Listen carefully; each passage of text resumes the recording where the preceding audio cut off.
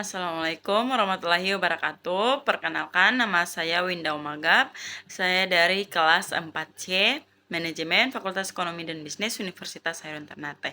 Nah, di video kali ini saya akan membahas terkait dengan paradigma dan strategi manajemen persediaan modern, membedah dua kutub dominan dalam mengelola aliran barang bisnis, keamanan tradisional vs agilitas just in time.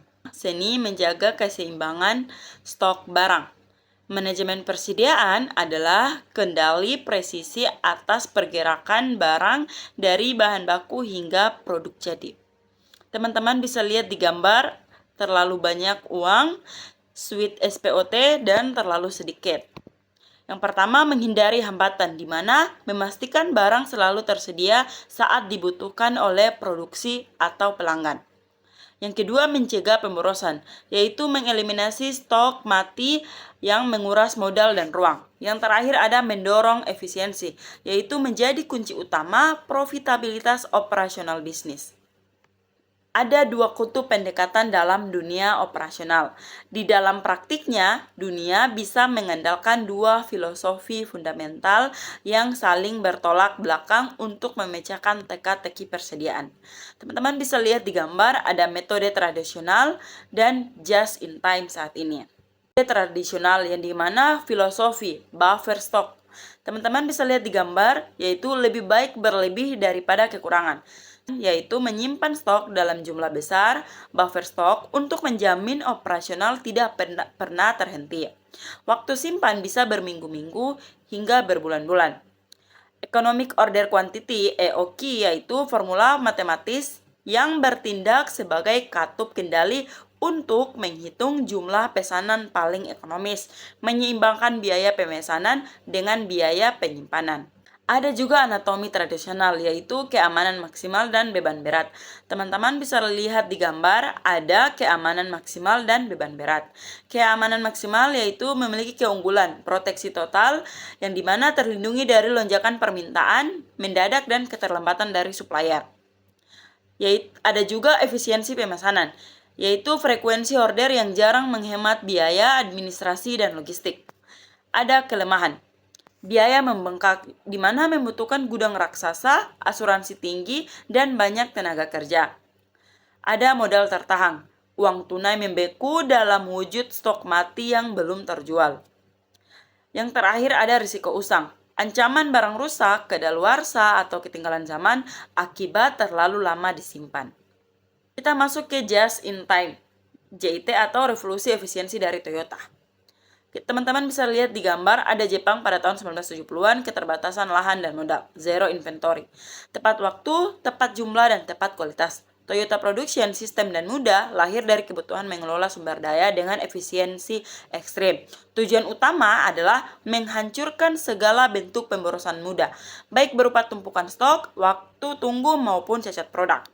Sinkronisasi presisi, barang tiba di lini, produksi tepat di detik saat dibutuhkan, tanpa ruang untuk penundaan. Anatomi JIT, agilitas ekstra, kerentanan ekstrem. Yang pertama ada keunggulan, yang dimana efisiensi biaya signifikan. Biaya penyimpanan gudang ditekan hingga nyaris nol. Pembebasan modal, kas perusahaan bebas digunakan untuk investasi produktif lainnya. Yang terakhir ada kendali kualitas, cacat produk terdeteksi seketika saat bahan baku langsung diproses. Ada juga kelemahan. Kelemahan ini sangat rentan gangguan. Satu supplier terlambat, seluruh lini produksi mati. Kasus nyata kelumpuhan rantai pasok saat pandemi COVID-19. Ketergantungan absolut, yang dimana membutuhkan tingkat kepercayaan yang luar biasa tinggi dengan sedikit supplier. Teman-teman bisa lihat di gambar, matriks strategis membandingkan dua paradigma antara tradisional dan JIT. Nah, kalau dari tradisional, filosofi utamanya itu simpan banyak agar aman. Sedangkan JIT, tepat waktu, tidak kurang atau lebih. Dari tradisional, level stok itu tinggi atau buffer stok. Kalau JIT mendekati nol. Biaya penyimpanan kalau tradisional itu sangat mahal, sedangkan JIT sangat rendah. Kalau tradisional, hubungan supplier itu fleksibel, banyak vendor, sedangkan JIT itu sangat ketat, vendor terbatas dan andal. Dari risiko utama, tradisional itu stok menumpuk, modal mati, dan usang. Sedangkan JIT, gangguan pasokan menghentikan operasional. Yang terakhir ada kebutuhan teknologi. Dari tradisional sendiri ada sistem pencatatan dasar. Sedangkan JIT, sistem canggih, ERP, dan data real time. Ada juga realitas lapangan, supermarket vs jalur perakitan. Di sini teman-teman bisa lihat ada retail dan supermarket dan ada pabrik Toyota JT. Retail dan supermarket ini sengaja menumpuk ribuan produk agar pelanggan selalu menemukan apa yang mereka cari kapanpun. Prioritasnya yaitu ketersediaan absolut. Nah, sedangkan pabrik Toyota, mesin, ban, dan bodi dikirim pemasok sesuai jadwal harian yang ketat, langsung dipasang tanpa gudang penumpukan. Prioritasnya aliran produksi efisien. Ada kerangka keputusan kapan harus menggunakan yang mana. Tidak ada satu metode yang mutlak sempurna. Pemilihan bergantung sepenuhnya pada prediktibilitas pasar, reliabilitas pemasok, dan infrastruktur teknologi perusahaan. Bagaimana karakteristik bisnis Anda? Teman-teman bisa lihat di gambar sini, itu ada permintaan berfluktuasi dan lead time panjang. Jawabannya ya, tradisional itu keamanan stok, buffer, struktur kuat, cocok untuk keterpastian tinggi. Sedangkan permintaan stabil dan supplier sangat terpercaya, ya, infrastruktur IT real time, ERP siap. Ya, just in time, kecepatan, efisiensi, presisi tinggi, cocok untuk lingkungan terkendali. Pendekatan hybrid, keseimbangan custom, kombinasi strategi adaptif terhadap kompleksitas. Yang terakhir ada menguasai dua kutub untuk eksekusi maksimal.